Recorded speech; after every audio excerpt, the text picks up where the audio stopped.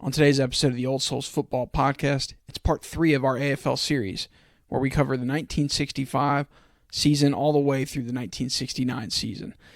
We cover the first 4 Super Bowls between the Packers and the Chiefs in Super Bowl I, the Packers and the Raiders in Super Bowl II, the greatest upset in the sport's history, arguably, the Jets over the Colts in Super Bowl III, and then, of course, Super Bowl IV between the Chiefs and the Vikings.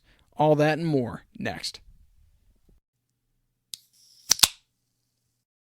We finally made it to episode 3 of the AFL series that we started. And this is the most action-packed episode. We're going to talk about the last 4 years of the American Football League leading into the merger.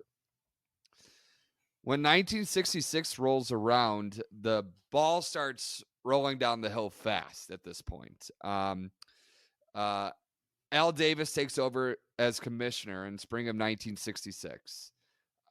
They picked him because he's what they called a fast talker and a slick dealer. Actually, I think he was self-proclaimed as that. The NFL and the AFL were actually talking about a possible merger behind closed doors or in open parking lots of, I believe, the Dallas Love Airport, where Lamar Hunt and Tex Schramm were secretly meeting up to talk about possible negotiations moving forward. But the appointment of Al Davis actually hurt those relations because the NFL was aware of who he was, and they weren't too happy that he was going to be the new commissioner. All was actually well between the two leagues besides the constant normal battles, but one thing changed everything. Buffalo kicker Pete Gogolak became a free agent after the 1965 season. After 1964, he had the option of either, I think, hitting free agent, or I think he had a player option that he ended up betting on himself to see that if he could get a better contract. He wanted a $20,000 contract, which is crazy to think now. He wanted a $20,000 contract after 1964, but after betting on himself, he had an even better 1965. And when Buffalo came to the table with that $20,000 contract, he thought he was a lot better than that. So he felt spurned by it. So he said, well, I'm not going to entertain that offer. And no other AFL team did. But the New York Giants did. They called up Pete Gogolak, and they offered him a $35,000 contract, and he signed with them, which makes sense. But there was a gentleman's agreement that neither league, they could fight over rookies, which we had talked about. In the first episode, Billy Cannon, famously, they fought over him, but they could not fight over veteran players. This was, I think, the assassination of the Archduke Franz Ferdinand type moment between the NFL and the AFL. This was the moment that spurred everything. Yeah, it really was. I think, when you look back on it, this started kind of the war for talent between the AFL and the NFL. And, it led to some hostility, especially from people like Al Davis. Really kind of started the war, I think, between the two leagues. Absolutely. Yeah. This is when all trust was lost. And that's why it's actually even so surprising that Lamar Hunt and Tex Schramm continued negotiations at this point. It kind of tells you how much Lamar Hunt must have realized that, hey, this is going well, but I don't know how long we can keep up on our own, sort of a thing. He must have seen the future and said, okay, at some point, we're going to have to need Big Brother to help us out here. Al Davis decided that the AFL would retaliate by offering 10 NFL players contracts to come to the AFL that season. And he decided he was going to keep one team hostage, and that was the Rams, and because of how popular owner Dan Reeves was. And by hostage, I mean this. They offered quarterback Roman Gabriel, a 4-year, $75,000 per year. Now, the Bills only offered Pete. Now, he was a kicker, but they offered Pete Gogolak a $20,000 deal. So now the Raiders are offering Roman Gabriel a $75,000 a year deal with a $100,000 signing bonus, despite him already signing with the Rams. This shocked NFL owners, and Davis kind of told his AFL compadres, keep going. Houston then offered 49ers quarterback John Brody a 3-year, $250,000 per year deal. This was the moment that the NFL owners started freaking out because they knew they couldn't compete with this.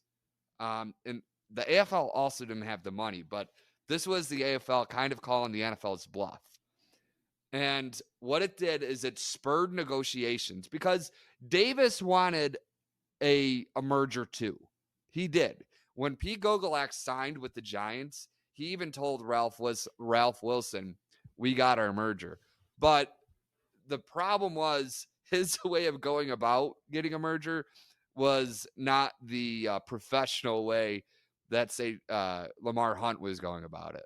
Yeah, he went about it through guerrilla warfare tactics. Yeah, Lamar Hunt, and I think there was always like this feud between the two at that point, at least with Davis and Lamar Hunt. Yeah. Because Davis was combative, and we all know, the Raiders and Al Davis. That's what their reputation was up until the day Al Davis died. But with Lamar Hunt, he was more of a kind of a politician in terms of the way he dealt with business, and he always wanted to be the NFL anyway. It wasn't about beating the NFL. I feel like the Al Davis experience was like he wanted to bring the NFL down, while Lamar Hunt, really his end goal was like, I just want to be a part of the club. Yes. And he wanted to be at the table. Yeah, he wants to be at the table and get, he probably saw the future of pro football, saw the future for how valuable the Chiefs, or I guess the Texans originally, and then the Chiefs became. I think he probably saw that and wanted to be at the table with the rest of those owners that had those teams. And, he looked at it from a business perspective. And yeah, Al Davis, he was a football guy. And I think he viewed it as like they had a better league. They had a more exciting, more innovative, a better football experience. Yeah. So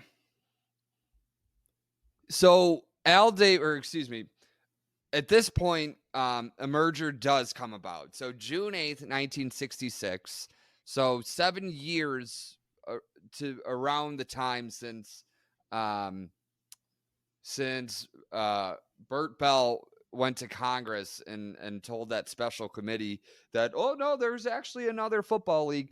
Now there's back to one football league. Well, not yet. In a few years, there will be.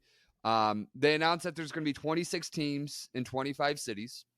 The Atlanta Falcons and the Miami Dolphins were both being added to both leagues in 1966.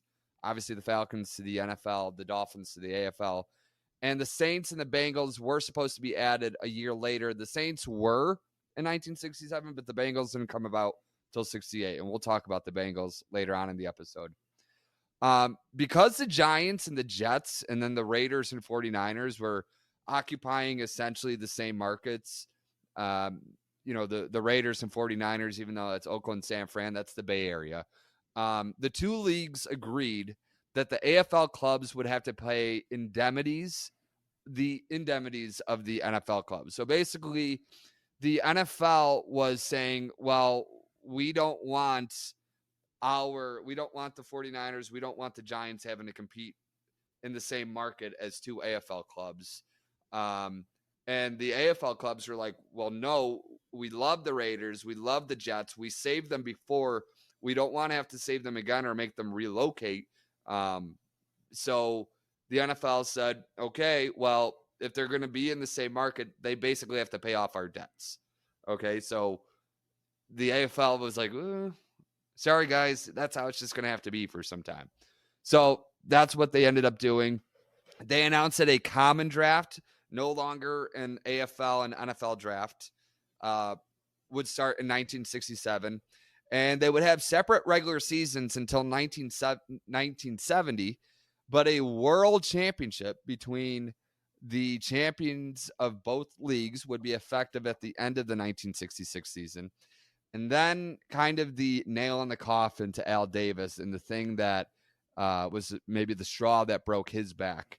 Pete Rozelle would be the commissioner, which means Al Davis is out of a job not 3 months after he took over as commissioner. And this is kind of really, as we were saying, this is kind of what starts like the Al Davis, everyone's out to get me angle. And it kind of makes sense, but this doesn't happen without him.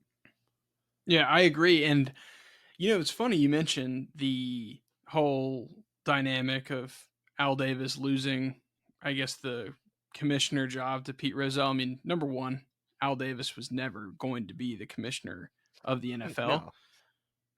But I do think that Al Davis became, or I think he became kind of resentful to Pete Rozelle, and that was like a long-standing feud between the two that lasted probably up until Pete Rozelle stepped down as commissioner. I mean, you have to think that Al Davis sued the NFL multiple times while Pete Rozelle was, in his seat as commissioner. Yeah. So it kind of had a long. He never did to Tagliabue, right?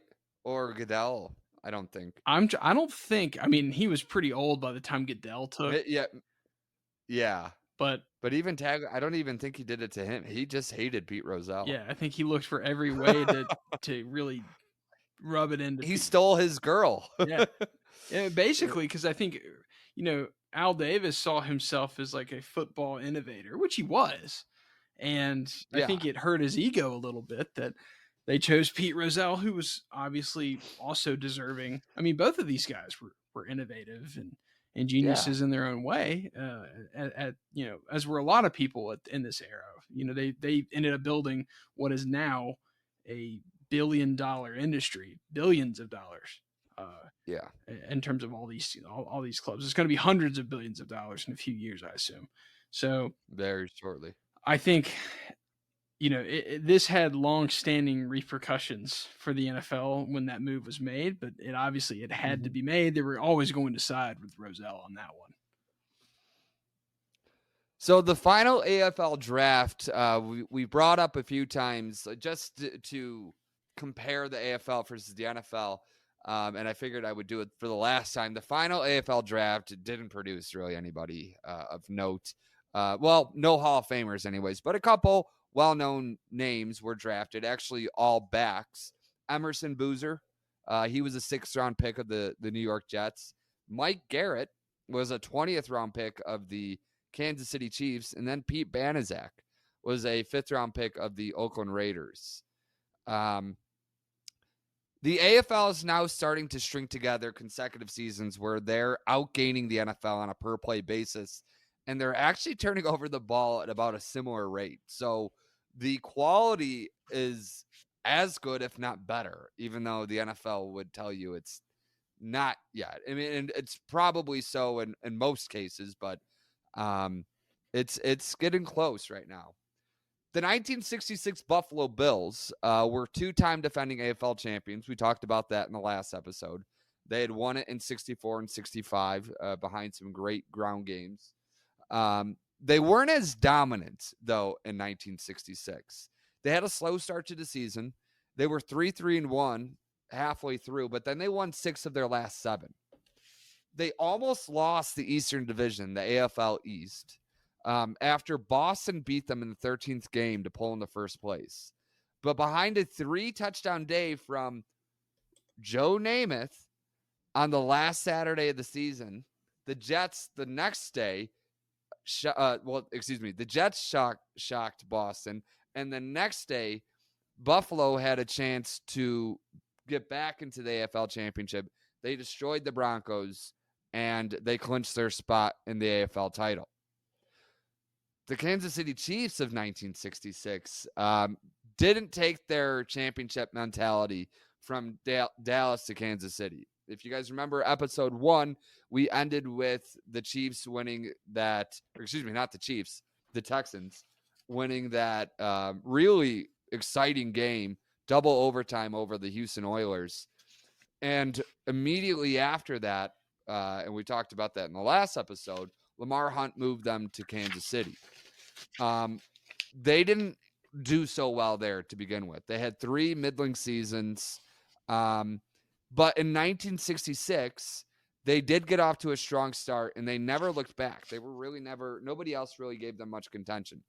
They had the best offense in the AFL, and they were led by a 100-plus passer rating season by Len Dawson, which is kind of impressive. Not kind of, very impressive for 1960s NFL, considering I don't know the last Chicago Bear. I don't think it's ever happened. A Chicago Bears quarterback has had an over 100 passer rating in a season that started as many games as Len Dawson did. They go into Buffalo on New Year's Day in 1967, and they topple the 2-time defending champions by a score of 31-7, and they win their second AFL title. Would you say that, so up to this point, would you say that the best team in the AFL's history, it's a short history at the time, would it be Buffalo? I think it would. So Kansas City, yes, well, Kansas City doing this was very significant. Yeah, I would definitely say so, because even Buffalo, even before 1963, they were knocking on the door. 64, 65, they were dominant. And then 66, even after that slow start, you'd have to imagine people were thinking, well, now they caught their stride. They'll go on and win this thing. And Kansas City beating them 31-7 was, they put no doubt into it. Yeah. That was a huge victory. Yeah, they were absolutely dominant, and like you said, in 64, 65, and they were really good in 66 too. And Kansas City doing what they did, though, was really significant, because it kind of, number one, I think it almost rewrote history, because now when people think of the AFL, they don't think of the Bills, they think of the Chiefs. Yes, I mean, absolutely. And I think this played obviously Lamar Hunt had a lot to do with that. He basically started the league, but they ended up getting to play in what became the first Super Bowl, which that was pretty significant. Yeah, so it was actually, well, at the it was it is the Super Bowl now as we look back on it. It was the AFL NFL World Championship. The Kansas City Chiefs took on the class of pro football, not just the National Football League or the AFL, the class of pro football, the Green Bay Packers. The game was played at the LA Coliseum. The Packers were 14-point favorites, and both teams had pregame nerves for different reasons. Vince Lombardi or I think it was Frank Gifford that I interviewed Vince Lombardi in the pregame warm-up, and he said that Vince Lombardi even had some shakes to them. Now, it wasn't shakes about man, this is going to be a tough one. It was, the shakes were probably, God, I hope we beat them like we're supposed to. Because God forbid we don't. And it shows the human side of Vince Lombardi, that even in a game like this, a game that at the time didn't have much magnitude, but he saw it. He saw what this game was, what it was going to become, and he knew what losing, even though this game felt like an exhibition, I'm sure, to most of the people around the country. Well, and look at the crowd in the background of that shot, because yeah, that looks like a preseason game. Yeah, no one really thought that this was kind of an experimental. I'd almost say it was closer to the Shrine Bowl, Senior Bowl type of atmosphere, where it was almost like an all-star game, where you're oh, look, a great comparison is here in South Carolina, they have a thing called the I think it's the I think I can't. They might be the Shrine Bowl or something like that. As soon as I said something, they have an all-star game between North Carolina and South Carolina. And this is kind of similar, but it's the best team from the AFL versus the best team in the NFL. It's such a new concept, that it was a lot of people didn't take it that seriously. The big games were No. the NFL championship, and Yes. the AFL championship. So when Kansas City beat Buffalo and when Green Bay beat Dallas, those were the games that really mattered to these teams. I think Green Bay, like you said, though, they felt a little bit of pressure going into this because Vince Lombardi and the league, they felt that pressure because if they didn't win, like it would be a joke for them. Like the AFL would Yeah. surpass them in terms of reputation and standing amongst pro football, and it was a huge opportunity for Kansas City and the AFL because if they were to like play a close game, they can prove once and for all, like, hey, we are just as good as the NFL. Yeah. The Chiefs actually played pretty damn well in the first half. They had almost 3 scoring drives, and it held the Packers to just 2 scoring drives themselves, plus 2 punts. They're only down 14-10 at halftime, and they were exuberant at halftime, which I said was famous last words. It's, I'm sure they were happy that they were in the game. Yeah. But there was probably some guys, maybe that's why Len Dawson was dragging on a cool in the in the locker room, because he was like, these guys got to shut up because we're not winning this game right now, and they're probably jumping up for joy. But it tells you like what the expectation was, like the fact that they were close at half. This was the AFL champions. Yeah. And the fact that they were close at halftime, they were like, whoo, all right, we did it. Yeah, and I think like Green Bay had their own controversy as well in the first half because Max McGee, who was kind of a bench warmer that season for the '66 Packers, wasn't expecting to go in, so he spent a little night on the town, going out As you do, and seeing the shows and local talent, as he would probably say, females, as many other people would say. But he goes out, has a great time the night before, does a lot of drinking, pretty hungover. He scores the first touchdown in Super Bowl history, and he's arguably the best player in the game. I mean, Bart Starr wins the MVP, but the man is a hangover legend just for this game alone. Yeah. And the original flu game. Yeah, because Boyd Dowler gets hurt in the first half, and Max McGee comes over, and it's like you said, it's the original flu game. Speaking of the flu game, I know this is off topic, but like for anybody that hasn't actually watched The Last Dance yet, highly recommend it because even Michael Jordan now admits it wasn't the flu. He ate some bad pizza. That's not very romantic. It was pizza from Utah, which is turns my stomach to think about it. I would never.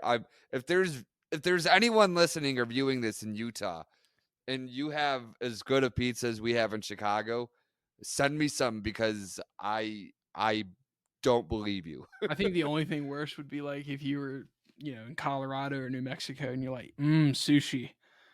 And you're like, right. Ugh, like you're 2 days drive. You're a 2-day drive from the nearest ocean. Like, where are you getting that fish from? Like, but to go back on topic, my apologies. So, the second half starts and the Chiefs get the ball. So they're thinking, well, anybody would be thinking, we get the ball, maybe go down the field, we get a score. Maybe we're in the lead. Maybe we're only down 1. But on the fourth play of the second half, Len Dawson, who comes under heavy pressure, underthrows a pass to Fred Arbanas that gets picked off by Willie Wood, who weaves and wags all the way down to the Kansas City 5-yard line. Green Bay scores on the very next play. Green Bay then stifles the AFL's best offense the rest of the day. Kansas City only runs 3 official plays in Packers territory in the second half. That was like the domination that Alabama had on LSU that one year in the national championship where LSU didn't cross the 50. Green Bay adds 1 more touchdown each from Elijah Pitts and Max McGee, and they win 35-10. Vince Lombardi said afterwards, I think Kansas City is a real tough football team, but it doesn't compare with the National Football League football teams. Yeah, I mean, I think Well, he had a fair point. You won it wasn't 35-10. yeah. The relief though he probably had at that point, like that he like the nerves before the game. It's simple as like for instance, like we talked about, was it 2 weeks ago when the Bears hadn't traded Justin Fields yet, and Steven even said to me like, oh, Neil, I know you're waiting on him to get traded, and I knew he was going to get traded, but it was like every day that passed that he didn't get traded that I was like, okay, come on, like, you're like getting nervous even though you feel like you already know the outcome. That was probably the same thing with Vince Lombardi. Like, he just wanted to get, like, he knew that everything should go right, but it was that small chance that it could go wrong. But of course, anybody that deals with anxiety probably knows that 1% that's telling you that in your mind is actually the loudest thing. That's it. Like, and that's the only thing you're hearing, and you start freaking out. But then by the end of it, you're like, well, why did I get so worried about that? Like, we were always in control. We were always supposed to beat Kansas City. Yeah. That's I think with that game though, what's in hindsight, we'll go like into the next Super Bowls here in a little bit, but the Packers, I think, beating Kansas City was not as much about the NFL being superior to the AFL. I think it was more to do with the Packers being superior against the rest of pro football in the 1960s. Yes. Because, spoiler alert, they go on to win Super Bowl II pretty convincingly as well. And Steven. Yeah, we'll talk about the 67 season here in a second. But after the Packers, after their 2 Super Bowls, the NFL didn't win another one until the merger. So no. And I think that after. Yeah, the NFL doesn't necessarily have a case that they were so much better than the AFL. I think it's more of a Packers thing. Yes. So 1967 starts, and comparison to 66, it was actually a very quiet year. Yeah. For the AFL, because obviously 66 you had Al Davis taking over, the merger, all that stuff that happened. 67 not so much. The story of the 1967 season is Al Davis's Oakland Raiders. As we mentioned in episode 1 and briefly again in episode 2, the rest of the league's owners saved the franchise from extinction after 1962 by putting Al Davis in charge. They kind of strong-armed him into the owner's seat, or like the minority. Like he was a minority owner, but he was the one that was controlling all football operations. Yeah. 1963, his first year in charge, when he was head coach that year, was a strong year. They really, really rebounded after an awful 1962 season. But the team regressed to the mean in 1964 and 65. By 1966, Al Davis is now firmly in the executive role, and John Rock is the head coach. The Raiders play their first season in Oakland Alameda County Stadium, which they were playing in up until 4 years ago. And they go 8-5-1. Things are looking up. That Raiders team going into 1966 had these guys. They're summing, pretty good names here. Jim Otto, Fred Biletnikoff, Pete Banaszak, Dan Connors, Tom Keating, and Ben Davidson. Okay, there's guys that were on the 1976 Super Bowl team among those. Okay, that's pretty damn good. And then that offseason, they added Daryl LaMonica, Willie Brown, Old Man Willie, and one of the greatest guards in NFL history, Gene Upshaw. I mean, talk about a home run offseason. Yeah. Nobody, like, that's not like, I know, like, Willie Brown, they traded for him. Daryl LaMonica, they traded for him. Like, Al Davis is, like, Ryan Poles might be the new Al Davis. Slow down. Wow. He drafted No, Valus. I don't know. He drafted Valus Yes. Jones in the 3rd round. Because he was fast. Al Davis would have done the same thing. Okay. Yeah. We'll see. Valus Jones is like 29 years old. Oh my God, I can't believe y'all are gonna draft Brian Thomas, number 9. And like Roma Dunze will still be there, and y'all will take Brian Thomas over him now. Because he's Al Davis. Yeah, just watch. Yeah. Yeah, he is. My God. I can't believe we made the connection. Yeah, there you go. Congratulations. The Raiders were clearing away the best team in the AFL. They were led by league MVP Daryl LaMonica. They went 13-1, which is ironically the same record they had when they won the Super Bowl 9 years later. They outscored opponents by nearly 17 points per game. That is ridiculous. That means on average, they were beating teams by 3 scores. Their games weren't close at all. They were dominant. The defense was also very dominant. They led the league in yards per play allowed and were second in points allowed and takeaways. In the AFL Championship, there is one sentence about the AFL Championship. They walloped Houston 40-7. So that was that. Yeah. So AFL, NFL World Championship Game 2, the Raiders had arguably a much more impressive season than Green Bay had. Steven, you might even be able to comment on that. Like, what was Green Bay like? I mean, nobody was giving Oakland a chance, of course, because they were the AFL team. But like, in looking back on it, Green Bay didn't have as strong of a season in 67. They were starting to come down a little bit. Yeah, they were still great because but they had won the Ice Bowl, in a game that I would honestly say that the Ice Bowl probably neutralized the field enough to where I think a more talented Cowboys team wasn't able to overcome it, and it made it close enough to where the Packers just kind of gritted it out at the very end of the game. But yeah, it was Lombardi's last season as head coach in Green Bay. He retires, right after that season, and then ends up, I guess, going to the Redskins for the '69 season. So in the 1968 season, he takes a year off. He's the general manager. Who was the head coach that year? I'm having a brain fart here. I'll look that up real fast. So we talked about it in the last episode. Yeah, we did. Yeah, it's I can't think of him. But it was Phil Bankston.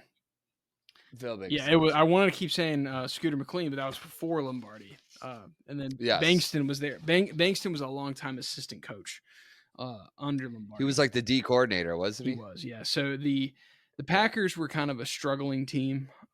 Not struggling, but they were in their swan song. So the 66 team was much better.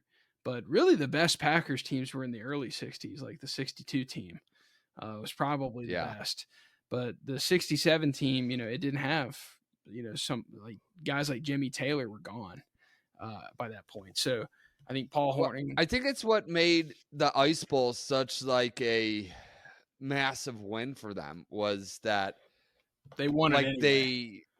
They won it anyways, and like they channeled that inner championship DNA that they had that had started there 5, 6, 7 years previous. Yeah. And they brought it out one more time to beat the Cowboys at home, New Year's Eve for the NFL title. That was their Super Bowl. Like they weren't, playing the Raiders wasn't that big of a deal to them. Yeah, it was kind of reminiscent of like the 2018 Patriots where those Patriot team, like that Patriot team was the worst. Great comparison. Yeah. Wow. That 2018 Patriots team, was not the best team even in the AFC statistically that season. Like Kansas City was much better than they were, but they had that championship pedigree that Kansas City hadn't gotten to yet. That was Mahomes' first season as a starter, but they go into Arrowhead, they win that game, and then they just out game plan, a savvy Rams team. But that's my comparison: the '67 Packers and the 2018 Patriots, because they just had I that like that. they had that championship pedigree that you couldn't match. Um, I'm trying to think of like any other type teams, because all the 49ers teams were so dominant. The only other team I was thinking of, we were just talking about him there a minute ago. Actually, that same series was the '98 Bulls. Yeah, Like that '98 Bulls team, like limped their way until Scottie Pippen came back late in the season, and even in the playoffs, like they went to 7 games with India. Like they hadn't gone to they went to 7 games with the Knicks in like '93 yeah, and '94 too. But like they that was the first year with Jordan that they really struggled getting to the title, and they won it anyways. But yeah, I think that's probably those are the only two teams that come, great dynasties that were at the end of their run and had a couple hiccups along the way, but still came out on top in the end anyways. yeah, 100%. I agree with you. That Bulls team, I would say of the second three-peat that they had, the 96, 97, 98 stretch, Yeah. that 98 team was by far the least dominant. Far worse. Yeah. I think well, it's 96 they had 72 wins, 97 they had 69 wins. Nice. And then 98 they had like 55 wins or something like so they came down big time. Yeah. So going into the second NFL or AFL NFL World Championship game, Green Bay is a 13.5-point favorite, so basically the same as they were the year before. The Packers notched field goals on their first 2 possessions, but the Raiders and that strong defense of theirs made them work for it. The first drive lasted 10 plays, and the second drive lasted 17 plays. So Green Bay, after their first 2 drives of the game, have run 27 offensive plays and have 6 points to show for it. I'm sure there was a bit of frustration going on, but when they get the ball back, after Oakland couldn't muster anything themselves, their third drive was a little bit quicker than the first 2.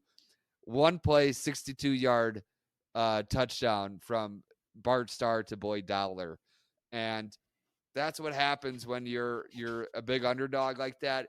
You can, like, if you're in a boxing match, you can, the first couple of rounds, you can lay in there a little bit longer than you're hoping for. Yep. But man, all it takes is one sucker punch from the favorite, from the big dog, and you're on the mat. And that's kind of what happened to Oakland, even though they did respond with the touchdown of their own. Daryl LaMonica hit Bill Miller on a 23-yard score, but then Green Bay, right before the half, they went down and they got one more field goal themselves. So they went up 16-7. And again, everybody knows, again, as being the underdog, how just the mental psyche of knowing that you're only down 1 possession versus being down 2 possessions. Like, so that late field goal that Green Bay gets is the next thing that pushes them forward. And much like the first NFL, AFL, and AFL World Championship game, the Packers showed up in the second half to squash their AFL counterparts. The bow was put on the game when Herb Adderley picked 6 Daryl LaMonica in the fourth quarter.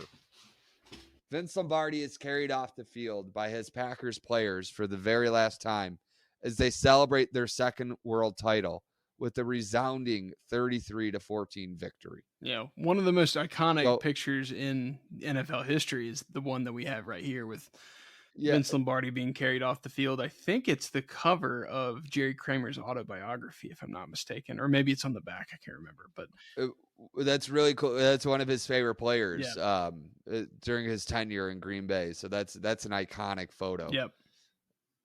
1968 rolls around, and the Cincinnati Bengals finally joined the AFL. Who dey?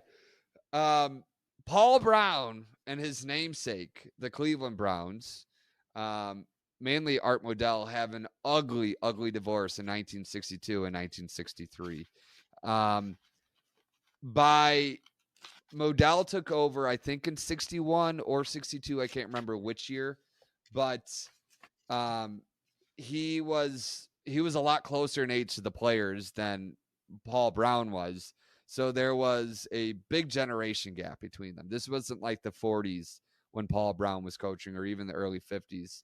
Now Paul Brown is starting to grow further apart from his players, and his military mentality and kind of no BS mantra, which is good to have, I think was just kind of going too far with some of the players. Not to cut down an all-time legend, one of the greatest coaches of all time, but Art Modell was kind of planting a seed into the players' minds and saying like, hey, like this guy, he's kind of like Jagoff, don't you think? And the players were like, yeah, he is. So Modell took that as his opportunity to push Paul Brown out, even though the team was literally named after them. But he pushes him out as coach and executive. Yeah. Go ahead, Steven, if you had something to No, add. no, I was just agreeing with you. Oh, yeah. Sorry. So Brown gets his second chance, though, to lead an organization. He did want to get in on one of the expansion teams in the NFL, but didn't really come to fruition. He does get in with the Cincinnati group that is awarded an AFL club.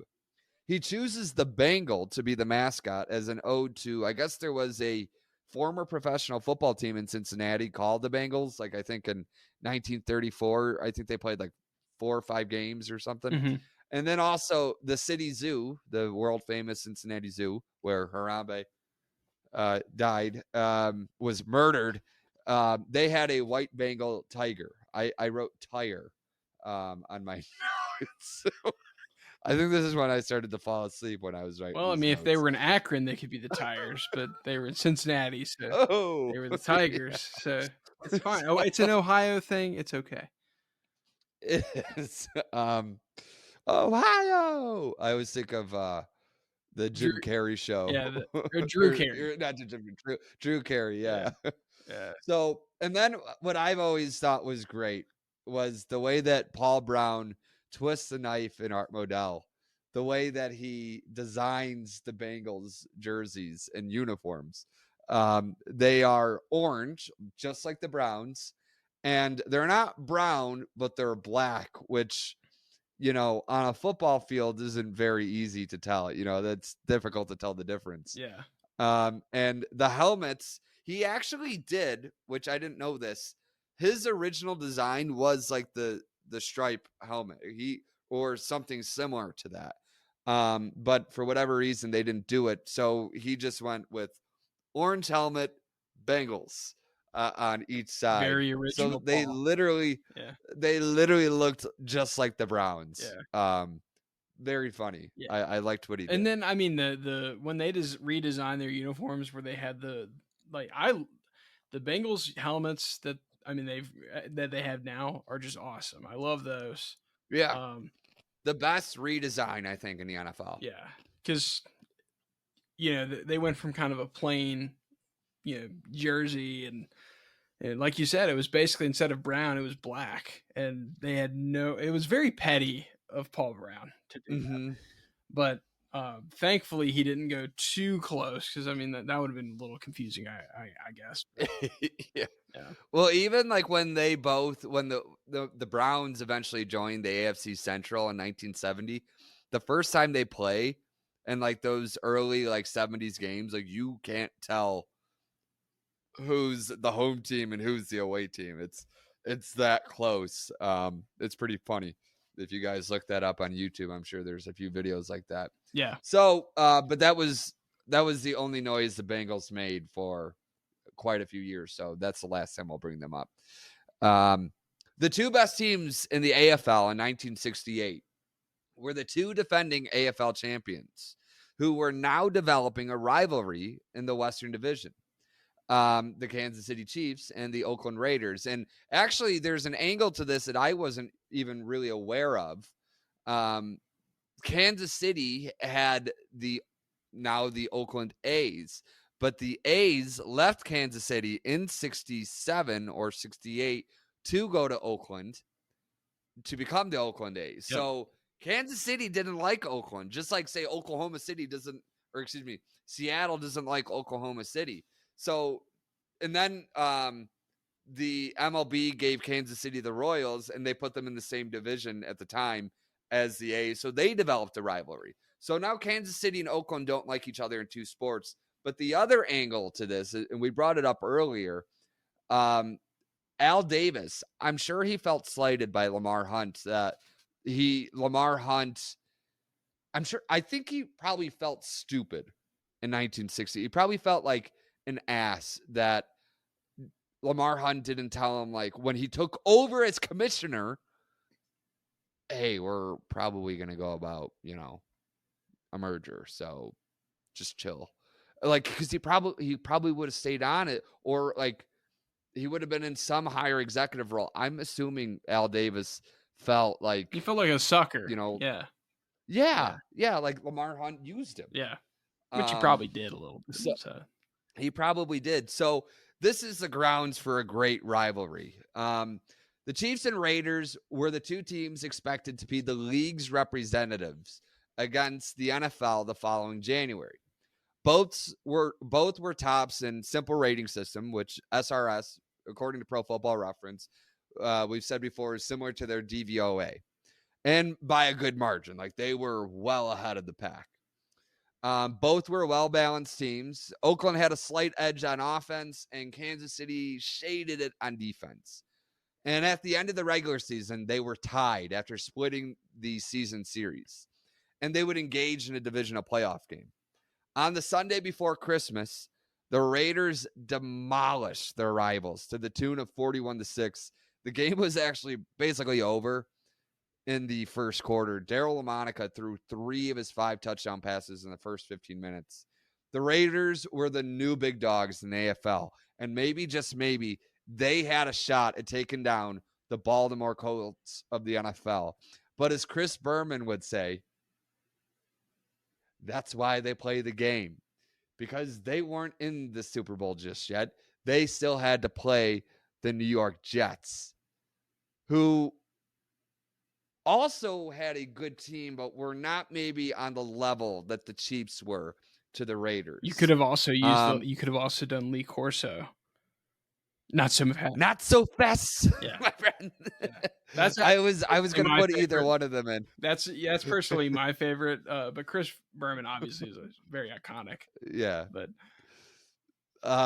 But so ironically, this AFL championship game is being played by two teams that the league had to save at the same time. We had mentioned already that the Raiders were saved after 62. The Jets were as well. The Jets were almost in a worse situation because the Jets at least were winning more than the Raiders were. They weren't drawing any more fans than the Raiders were, though. So things were very bad for the Jets. They were led by, and also earlier that season, the Raiders had already played them. They had beaten them in the Heidi game, the Heidi Bowl, which a lot of people, well, if you're young, you might not know it, but it was in November of 1968. The Jets were beating the Raiders. It was like it would be like the America's Game of the Week nowadays. It was the late NBC window. Yeah. And it was a high scoring game. So the game kind of was pushing up against its allotted time window. Mm-hmm. And at 6:00 or whatever, 6:30, NBC was supposed to switch to their Sunday movie of the week or something like that. And Heidi was, I think it was like a movie for little girls, but I'm not exactly sure what it was about. So I'm not going to sit here and pretend to. So there was a bunch of little girls across the country waiting for this to come on. And NBC was like, man, we're going to get a lot of angry phone calls from parents that Heidi's not on. So at 6:00 or 6:30, with the Jets up and the Raiders traveling down the field, they went whoosh, and Heidi started. And all the little girls in America were very happy. But all the Jets and the Raiders and the football fans were like, what? What the hell? And they missed an incredible comeback by the Raiders. The Raiders scored a touchdown. I think the Jets fumbled like the ensuing kickoff, and the Raiders scored again. So they ended up winning like 43-32. But it's a famous game simply for that moment because most of the country didn't see an incredible end to the game. Yeah, I remember there was a game mode. If I think it might have been like on the original Xbox that I had this called the ESPN NFL 2K5. So for those younger viewers and that played video games, yes, 2K made an NFL game at one point. And it was awesome. It was great. And they had a game mode where you could play like historical scenarios. And the Heidi Bowl was like one of the hardest ones to pull off. That's how crazy this game was. Yeah. Because they talked about obviously like the fact that they interrupted the broadcast of this game to go to an important showing of Heidi. Like you said, we got to make all the little girls happy across the United States. I get that. But football fans across America missed out on a crazy, crazy ending. And it was such a Raiders game, too, like in terms of the way it ended. Zany wildness. Yeah. Like they had a long list of those kind of going into. When you think about it, that was like their first game with a name that I can think about. Yeah, then they had the Holy Roller, goes to the post. The Sea of Hands. Yeah, Sea of Hands. Like they had a bunch of the Immaculate Reception. Yeah, they were on the wrong side of that one. Yeah. So the Jets, the home team actually for this AFL championship game, were led by Broadway Joe Namath. Joe was a badly damaged quarterback out of Alabama.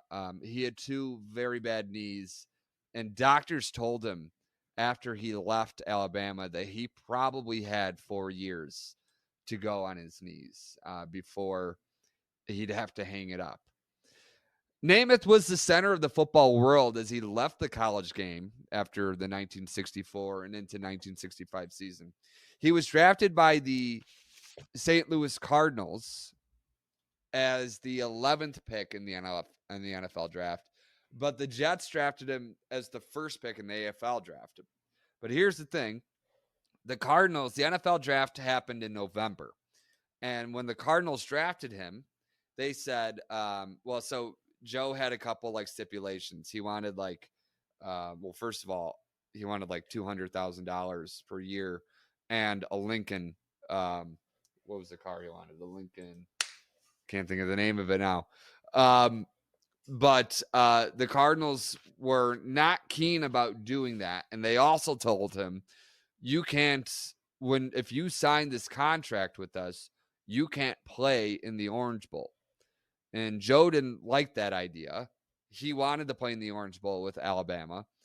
And so I don't know if the AFL draft happened after the Orange Bowl or before it and the Jets allowed him. But anyways, the Jets gave him the money and the Jets gave him the car. So everything kind of worked out. Joe Doe had a hard time fitting into a professional locker room. Anybody who knows the story of Joe Namath knows that he was really one of the first mega person. There's so much talk about Caleb Williams and his it's a fine personality, but for some people they find it very off-settling. Those people are small, narrow-minded people, but anyway. We literally had Joe Namath do a pantyhose commercial. Joe Namath did a pantyhose commercial. Joe Namath was out on Broadway. He had all the women in the world. He did very similar things to Caleb Williams. In the 1960s, the 60 and 70-year-old guys were like, what's this Joe Namath guy doing? But anyways, there's always somebody like that in a new generation.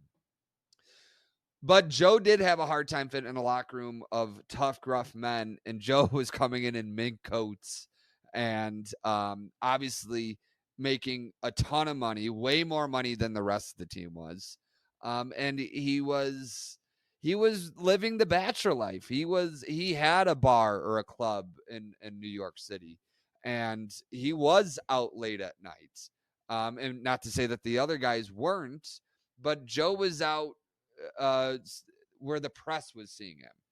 And that rubbed guys the wrong way. Yeah. But don't think that Joe Namath was some sort of diva, or he wasn't. A lot of people look back at Joe Namath and they go, how did this guy make the Hall of Fame? Look at his stats. Yes, if you look at Joe Namath's stats, this is something I really believe, because I used to be one of these people too.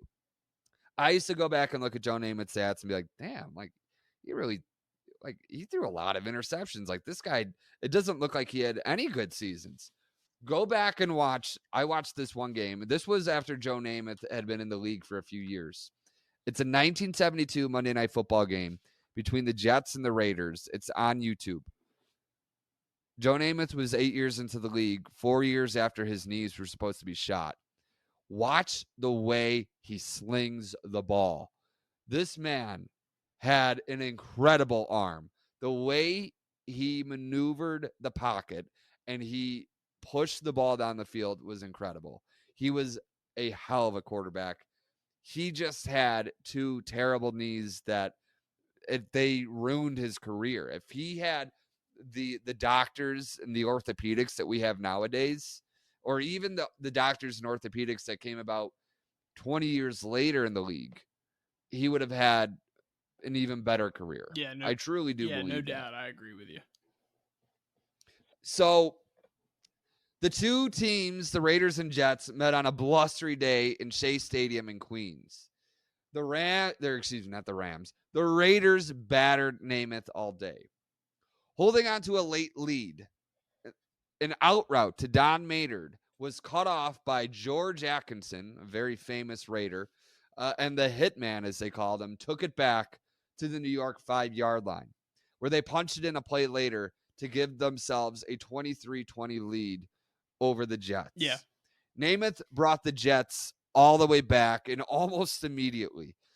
The Jets had an audible ready, depending on the coverage that they saw George Atkinson show on Don Maynard.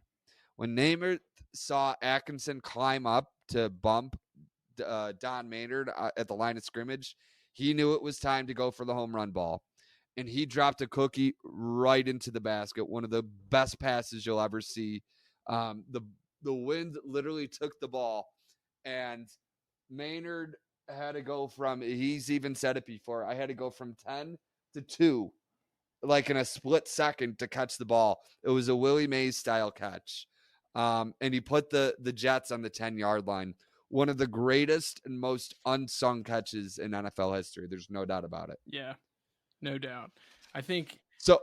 On the next, yeah, go ahead. Yeah, it's one of the better routes too. I highly recommend. It's hard to find the footage, but I think YouTube channel called Dave Volsky's Backdoor. I think they have it available. It's a great game. Yeah. I'd highly recommend people go watch it. We would show it ourselves, but we don't want to get it taken down. So highly recommend.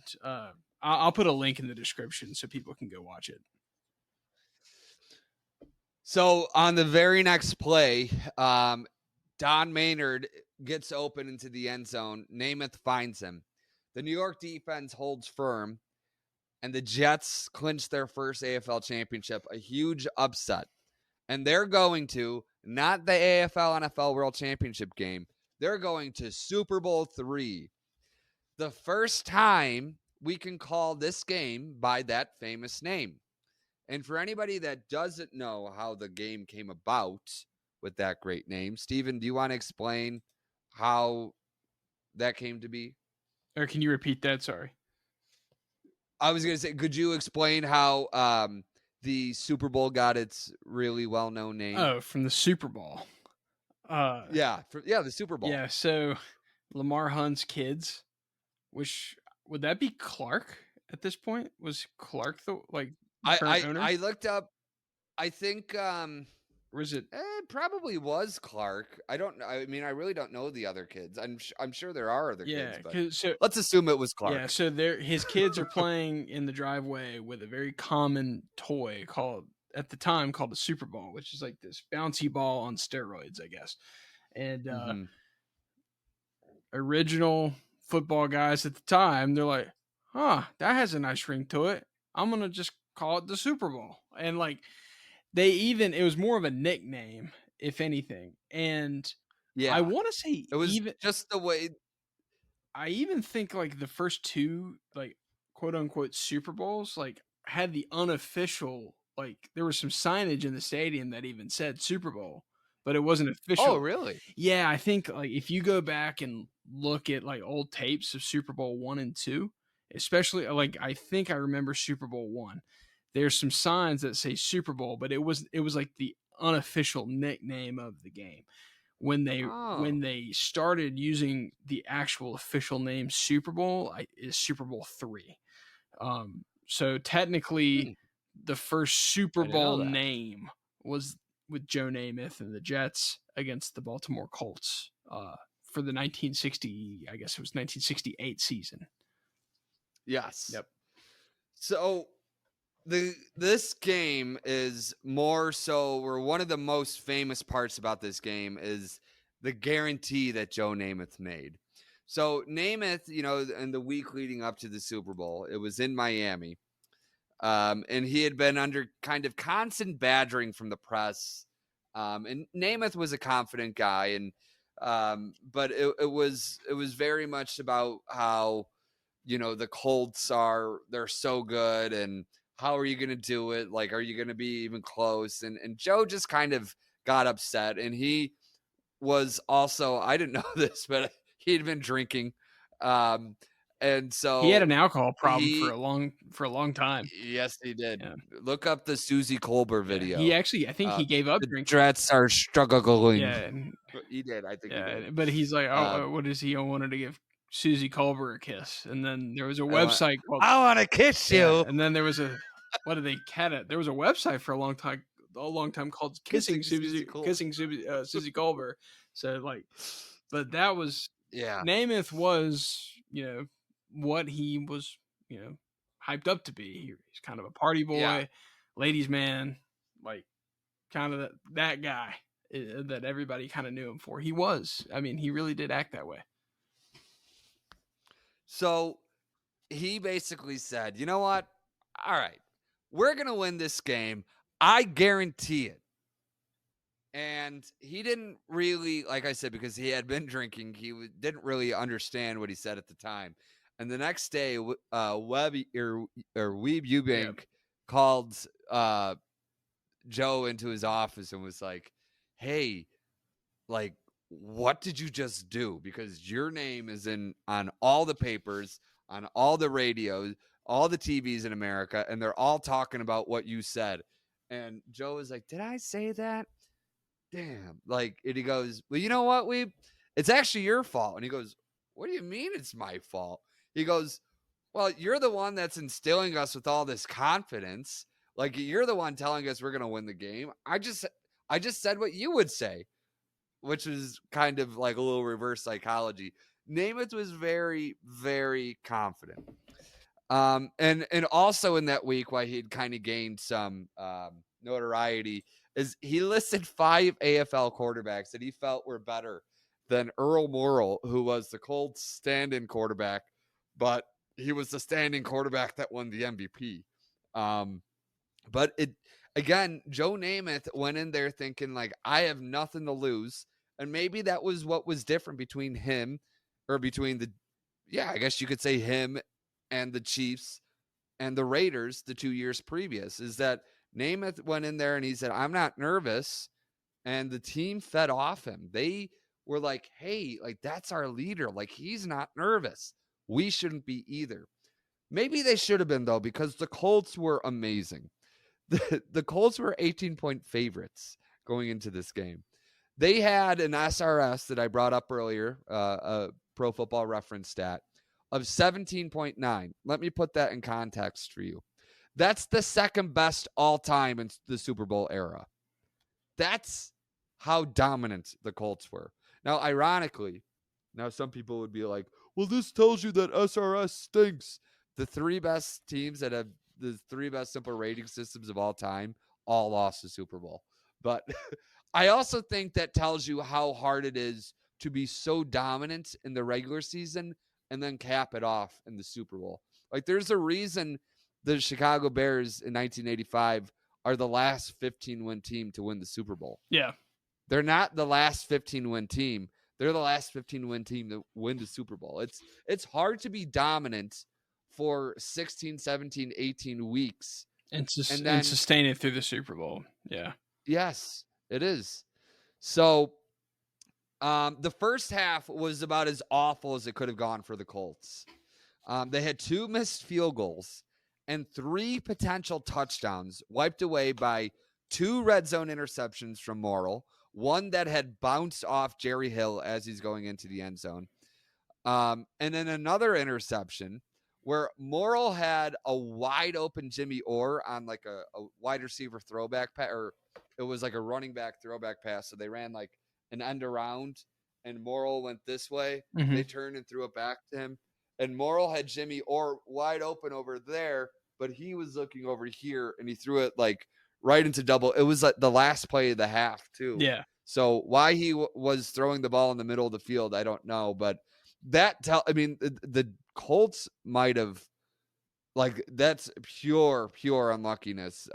They could have, if they had all the luck on their side, run away with it. But even despite all that, the Jets only got 1 touchdown, and it was off a drive led basically by Matt Snell and Joe Namath, and Snell capped it off with the touchdown.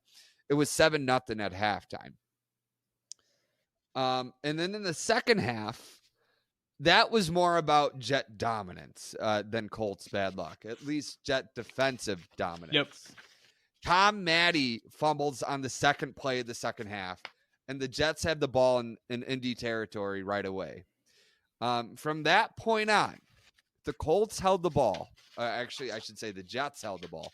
The Jets held the ball for 11 minutes and 50 seconds of the next 14 and a half minutes of game time. They only got 3 field goals out of that, 9 points. But they held the Colts to 2 3-and-outs in the 2.5 minutes that they had the ball. So it didn't really matter. And Johnny Unitas also came back in the game in the middle of that. But it didn't really matter that the Jets weren't scoring touchdowns. It was the fact that they were keeping that prolific offense off the field. And again, we're talking about a day and age where there's no 2-point conversion. There was in the AFL, but they wouldn't do it for the Super Bowl when the two teams met. So we're talking about a day and age where a 16-point lead is not a 2-possession game. That is a 3-possession game. So getting those 3 field goals, you have 2 field goals to make it a 2-possession. That third field goal to make it 3-possession, that is mint. Like the Jets were flying. And finally, the bow gets put on top when Johnny U, like I said, he was back in the game. The Colts were threatening. They had the ball, I think, on the Jet 25-yard line. Mm-hmm. And Randy Beverly, with 11 minutes left in the game, comes away with his second interception. The Colts do get a late touchdown, but it doesn't matter. The Jets pull off the most improbable victory in pro football history. 16-7 over the Colts. They are the Super Bowl champions. The AFL conquers the NFL after 9 years. It was a win for the little guy in America.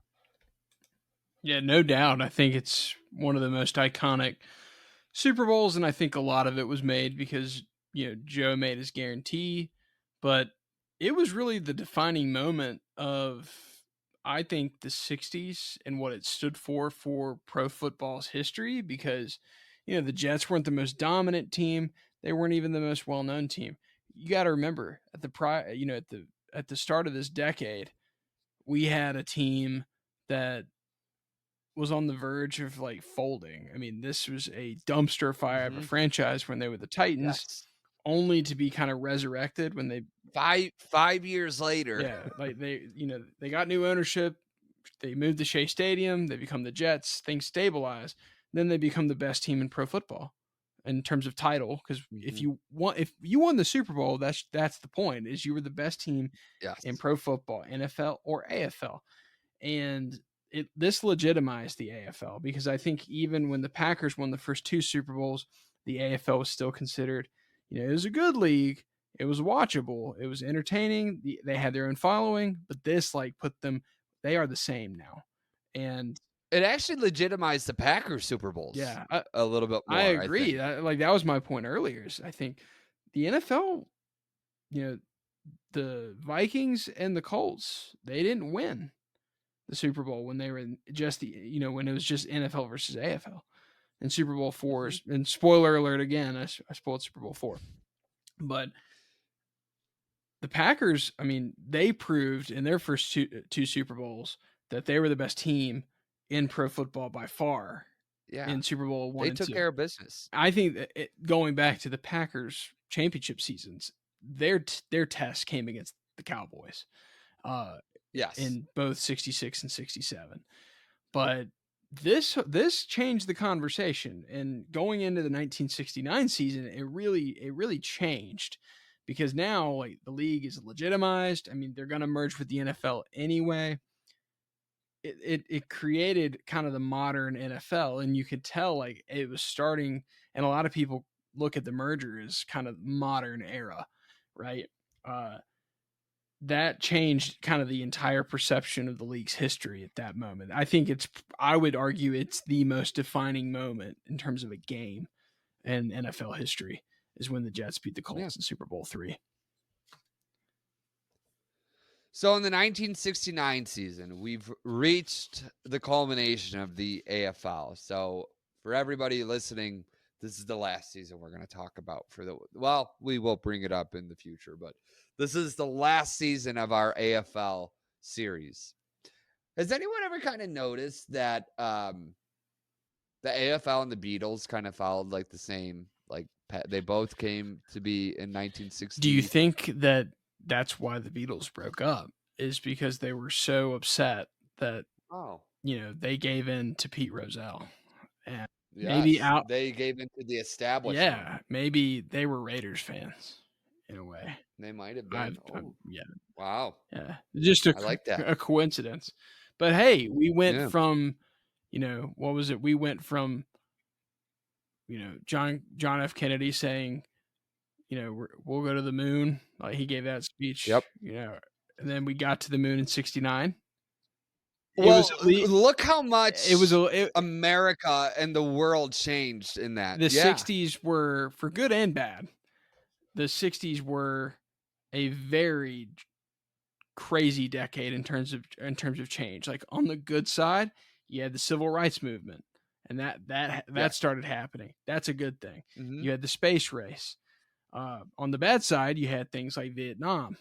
You had an American culture, Cuban Missile Cuban Crisis. Missile Crisis. You had what a lot of people, I think, now you had more of an individualistic approach to just everyday issues. I mean, you had people, Mm-hmm. they were anti-war. There were a lot of different things Yeah. going on, and the America in the 1959 versus 1969 was a very different place. And like I said, Vastly different. good and bad. And we're still honestly dealing with the repercussions today of some of the bad. Yeah. But at the same time, we're reaping the rewards of the good, like the civil rights movement. Yes. So but like you said, the I NFL was think not immune to that change.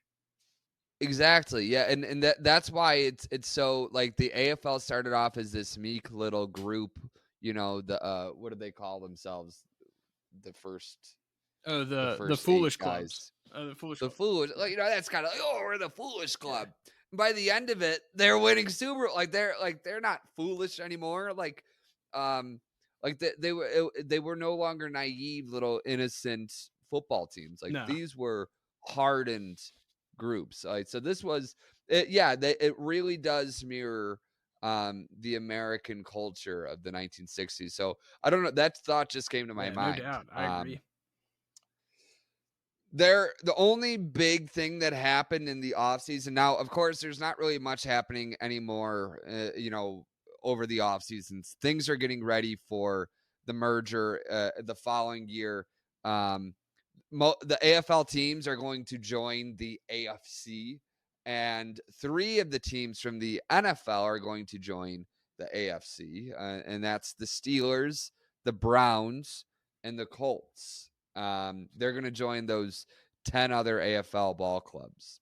But the only thing that was of note that happened in 1969 or prior to that season was that Oakland has a new coach.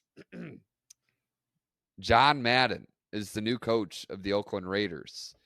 And he stayed as coach until for the next 10 season. I want to say him and Lombardi both had very short head coaching careers, but very short, crazy yes, successful. but very efficient. Yeah. I think John Madden has the highest winning percentage in the regular season all time, correct? Oh, yeah, I think you're probably right. I think he won like at least 70% of his games. He's one of the most successful coaches in league history. What's crazy about John Madden, though, is his name means different things to different people. So, yes, John Madden, to somebody growing up in the 1970s, especially Raiders fans that grew up in the 1970s, remember for how great of a coach he was and the teams that he had. Kids that grew up in the 80s, 90s, even to the 2000s remember him for being this announcer. And kids that grew up in the 90s and the 2000s, and even today, know that name for the video game. But John Madden is one of the guys that, like, his name will last longer than pretty much anybody's impact on the game. Like, there will be Hall of him and Lombardi. Yeah, because Lombardi's on the trophy. There's certain players and coaches that will remain synonymous with like everyday football conversation. So when you talk about winning championships, you're winning Lombardi trophies. You're playing a video game or you're watching a broadcast. John Madden had a stamp on that. And his career, like, obviously it started, in the late 50s, early 60s when he, became an assistant coach. But this is where the Hall of Fame trajectory for him started, was in 1969. So the only other thing too that the AFL did was they added a 4-team playoff, which becomes the norm for the new NFL starting in 1970. But there was, there was still only 2 divisions. We should go back to that. So, yes, I think they should go back to 5. Actually, I think 5 was cool, but I mean, like I would love the idea of a playoff system, just divisions. Well, a regular season that would matter. We're getting bad teams as the 7th seed now. Like last year's Packers and last year's Packers and Steelers had no business being in the playoffs. Like, I think the Packers may have. They win 9-8. Like 9-8. If they had gone to the Super Bowl, oh, they did go. I thought they went 10-7. No, they were 9-8, and then oh yeah, and so was Tampa Bay went 9-8 too, and they won their division. But like, it just shows you that today's game is so diluted. But the scary thing is, we weren't that far away from getting Tampa Bay Green Bay. In the NFC title championship. I mean, really, Green Bay should have closed that game out against San Francisco, and Tampa had Detroit at halftime. They had a shot. Dead to rights. I wouldn't say dead to rights, but I would say like they had a shot to win that game. And the funny thing about Tampa is they've gone 17-17 in the last 2 years. They have 2 division titles. Yeah. Well, one thing I love pointing out, like, I think Tom Brady is the greatest quarterback of all time. Like, 7 titles. I think that's enough for me to, I hand it to him. But I do love the people that say it's like, it was always undisputed, never a doubt. Baker Mayfield had the same exact year that Tom Brady just did. So, yes, granted, Tom Brady was 45 years old when he did it, but still, I mean, like, I don't think this Tampa team is, to your point, I don't think it's all that good. But the whole point of what we're saying, though, and Pittsburgh's a better example. There were some bad teams now that make the playoffs. Back then, like this, there were probably people that complained, 4 teams? What? Yeah. Are you kidding me? That's so many. You're diluting the champion. Like, you're diluting the regular season. And if they saw, it should only be. I mean, imagine like back in the day, like in the 60s, the NFL, the way they looked at it is like you had the Western Conference and the Eastern Conference, and the 2 teams played out for the league title. Yeah, it was like the 2-party system, basically. Yes. I think like, and you dealt with that for a long time. And Major League Baseball, the National League Championship there was no series for No. they just you won the pennant, you go to the World And Series. you won the pennant. Yeah. Exactly. Yeah. I don't think they had a pennant series until like 1975 or something like Yeah. that, And part of or me is whatever. intrigued by that concept. I mean, I love playoff games, so I don't want to get rid of the playoffs, Yeah. but like it Well, like the yeah, Premier League is a really good example of how that's yeah. still cool to win a league Yeah, the title. scenario where you Um, have Manchester City winning in the last second, like, oh, yeah, one of the greatest sports moments of yeah, all yeah. time. I'll put a link for that as well for anybody that's interested. Yeah, Aguero. Yeah, it's one of the like I like soccer, but I'm not the biggest soccer fan in the world. But like Mhm. that that is one of the most bone like that just gives you chills just watching it. It's awesome. Yes. Just put yourselves in the mind of a Manchester City fan if you're watching Yeah, that. but you can go, So but continue. yeah, so the Raiders win the West. Surprise, surprise. They are starting to get really hot. And the Jets win the East. So we're looking at a possible rematch of 1968. Houston and Kansas City then are the wild cards. To be a wild card, you just had to be in second place of your division, and they were. Now, talking about teams who didn't deserve to make the playoffs, Houston definitely didn't deserve to make the playoffs. They were like 6-6-2, and Oakland disparages them easily, 50-67. It was no contest from the start. Daryl LaMonica throws 6 touchdowns to just 4 incompletions. And this really starts Houston's plummet into the now, I guess we would say, the NFL's abyss. And they didn't come out until Bum Phillips and Earl Campbell come to Yeah, town. 10 years later. Some years later. So the Chiefs go to New York after, I guess you would say, like, sort of, no pun intended, throwing the game away on the last game of the season. So they went to Oakland, and they were both going to the playoffs, and the winner of the game would win the division. So they'd have home field advantage. And the Chiefs ran 54 offensive plays. Do you know how many of those offensive plays they ran the ball versus throwing the ball? What would you guess?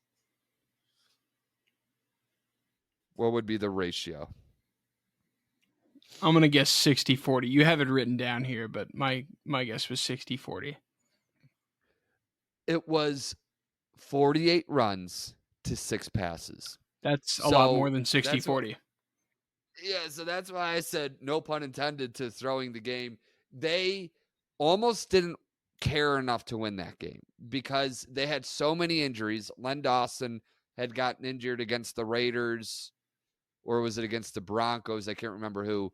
But he had gotten injured, so Hank Stram didn't feel comfortable dropping him back to pass against the Raiders pass rush. And they felt confident enough in their team that, well, Hank Stram did. The players were not necessarily happy that they had this game plan. But Len Dawson appreciated it because he knew what Hank Stram was doing, and he knew that Hank Stram had confidence in him and the ball club to go on the road and win in the playoffs. Yeah, get him And healthy. even though Yep. it was going to be a tall order, but he wanted to get his team healthy. So the Chiefs go to New York, like I said, and with a 6-3 lead late in the fourth. So we're jumping ahead all the way there. We tend to do that a lot with these games. This is not the NFL nowadays where there's a score every 5 minutes. Yeah. A defensive pass interference in the end zone gives the Jets the ball, first and goal on the 1. And if they punch it in, they're going to go up 4 points late, and where the Chiefs hadn't scored a touchdown all day. The Chiefs put in an incredible effort to hold the Jets to a field goal. And on the first play of the ensuing drive, Len Dawson hits Otis Taylor on a 60-yard catch and run, setting up a Gloucester Richardson touchdown immediately thereafter. A little Otis Taylor foreshadowing, by the way, on the catch and run. Yes. The Chiefs win 13-6. They're going to the AFL title game back to Oakland, the site of where just 2 weeks earlier they threw the game away. And this is not just a team that they've lost to 2 weeks ago. They've lost 4 straight times. The Raiders swept them in the season series. If you remember back in 1968, that playoffs, the Raiders beat Oakland 41-6, and the Raiders had won the most recent game of that season. Mhm. So this is 4 straight times the Raiders. These are supposed to be the top 2 teams in the AFL, but the Raiders are destroying the Chiefs when they get the chance to play them. But not this time. The Chiefs defense stifled playoff superstar Daryl LaMonica, who, my God, that guy, when I look through the stat, this dude had some stellar playoff performances. Yeah. He was unreal. But that day the Chiefs got the best of him. They picked him off 3 times and they sacked him 4. And this game avenged many bitter defeats.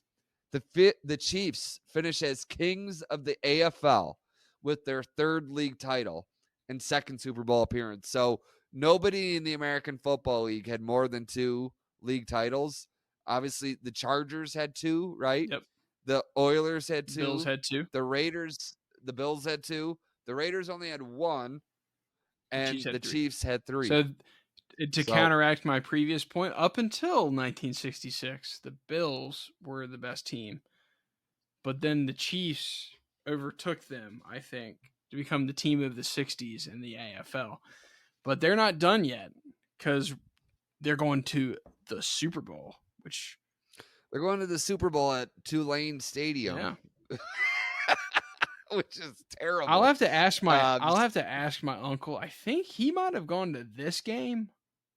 Oh, really? Or he went to one of the Super Bowls, and I guess it was either. Wow. I think it was if he was in college, it was probably the 73 Dolphins, where they beat the Vikings. Oh, would they beat Super the Bowl Vikings? 8? Yeah, because I think he's probably still he's probably still in high school at this point, so I don't think it was this one, but it was at Tulane Stadium, yeah, because that was back when it was the unofficial name, the Sugar Bowl. I think it was yeah, I think it was still technically the Sugar Bowl. So they go to Tulane Stadium, and they have a chance to kind of even the score with the NFL.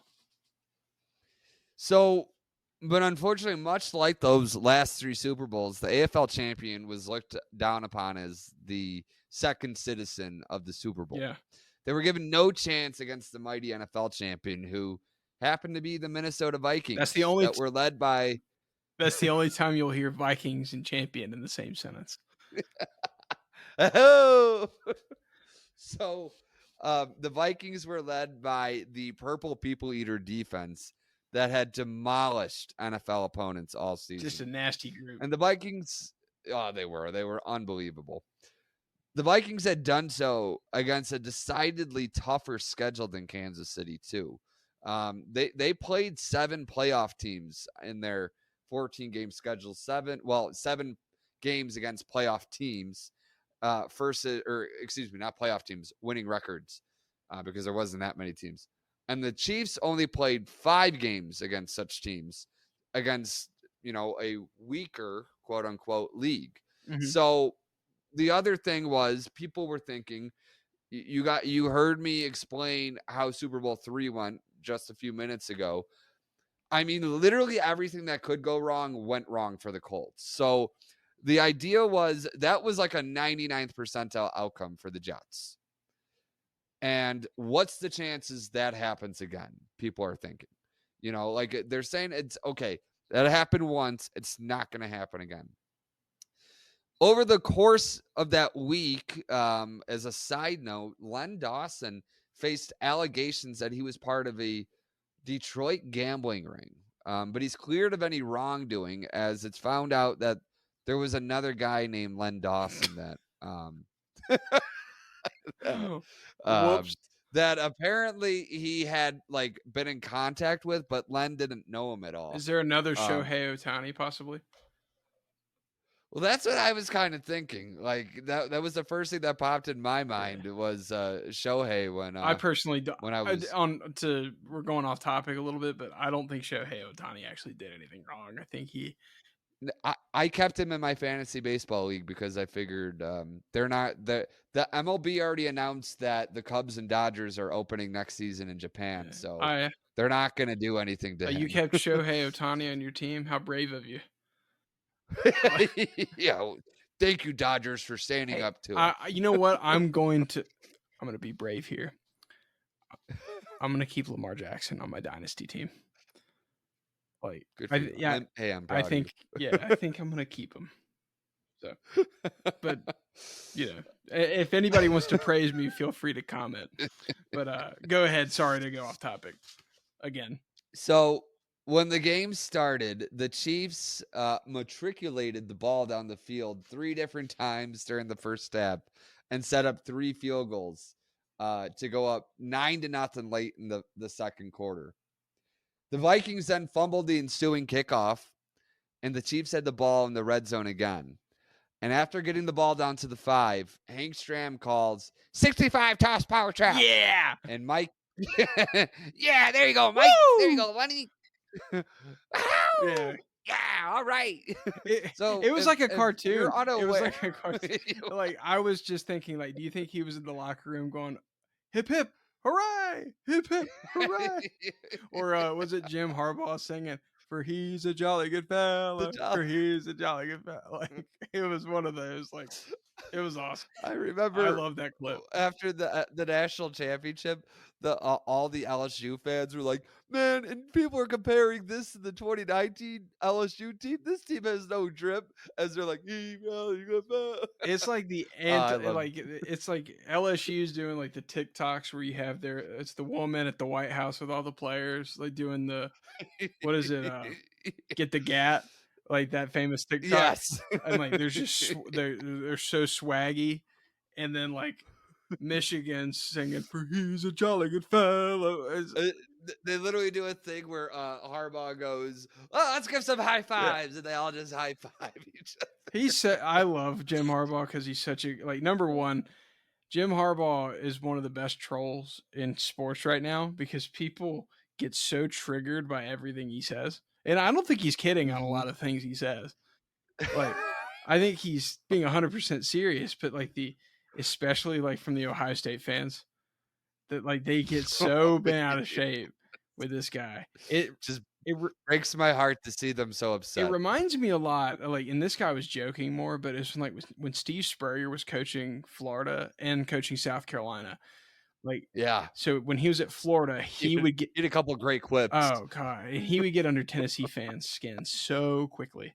All he had to say is like, can't spell citrus without UT. Like, it, and then you get like you be like, and then he would do the same thing with like with with Clemson. He's like, he'd come to the podium like, I think they might beat us one of these years. Like, and like He said one time, I love playing Georgia the second week of the season because they're almost guaranteed to have a couple ineligible. it's crazy with Georgia though, because like that, like, I don't think he's joking. Like, what is it? Travis Etienne's little brother transfers to Georgia, Yeah, and like on demand gets a immediately. DUI arrest, and I'm just like, what are they doing in Athens? Like, Yeah. to get to that point, just like call an Uber. Like, is it not that hard? But they all get suspended, and that's the weird thing about the SEC going into this season, though. Shout out Brad Swain for following us on Yeah. Instagram, even though we have nothing there anymore. Yeah, but I will say that the SEC is going to be weird this year because they now have the new, their 16 team conference now. There's Yeah. no like South Carolina. They're the like, NFC. Yeah, but they won't even play, like, South Carolina doesn't play Georgia or Tennessee this year, I don't think. Like, it's Oh, a really? strange setup, yeah. Like, but I was talking to my boss, who's a big South Carolina fan, and I was like, "Oh, who's on y'all's schedule?" And there's like, "Yeah, there's a 3-week stretch where they're like, yeah, okay, we're at Alabama, we're at Oklahoma, and then we're at home against Texas A&M." And I just went like, I went like, that's quite the lineup. So Yeah. I feel really bad for like Vanderbilt. Like Vanderbilt's gonna have a stretch at some point where they're like, okay, you're gonna get Ole Miss, you're gonna get Alabama, and you're gonna get Texas. Texas. And you're just like, where's the relief? Good luck. Yeah, but but sorry, I'm going off topic. We've been going at it for a That's while. okay. So. This has been Yeah. fun. The Chiefs go up 16-0 going into halftime. The Vikings do fight back in the second half. A Dave Osborne touchdown cuts into the Kansas City lead. It's 16-7 now. And trying to force Kansas City into a mistake late in the third quarter, the Vikings send what was uncommon for them, an all-out blitz. And Lenny Dawson finds Otis Taylor. We said earlier he'd come back again on a hitch route. Taylor breaks one tackle, and he sprints down the sidelines for a 23-7 lead for the Chiefs. The next three Vikings drives all ended in interceptions. Oh, we've seen Christian Ponder do that too. Oh my God. I just feel the only thing that would have been more Vikings is if they missed a field goal. Paul Allen's there. Quit throwing it to the other team. Come on. Yeah. This isn't Detroit, man. This is the Super Bowl. At least the Vikings got back 3 more times. I'm sure it'll get better for them. Yes. Well, it's bound to. Yeah. And just 3 more times? You mean they haven't been back since 1976? Oh, man. We love this. This podcast loves to hate on Minnesota. Oh, God, yeah. It just drives me. Yeah. And yes, I'm a Bears fan. And yes, the Bears suck, but so do the Vikings. So the Chiefs joined. Here we are trying to get viewers. There's some guy going, hey, I'm not going to watch these guys no more. Yeah. Click. Well, we don't want you. Yeah, that's not very nice now. Don't you know? It's all about the cup. Yeah. Oh geez. Oh geez. I'm gonna go shovel some. I'm gonna go shovel some snow. Well, how about the Wild, eh? Yeah. The Chiefs join the Jets as those who did the unthinkable, and they took down the NFL champions. The AFL, for as little credence as they were given at the start of the decade, ended the war with just as many Super Bowls as the NFL.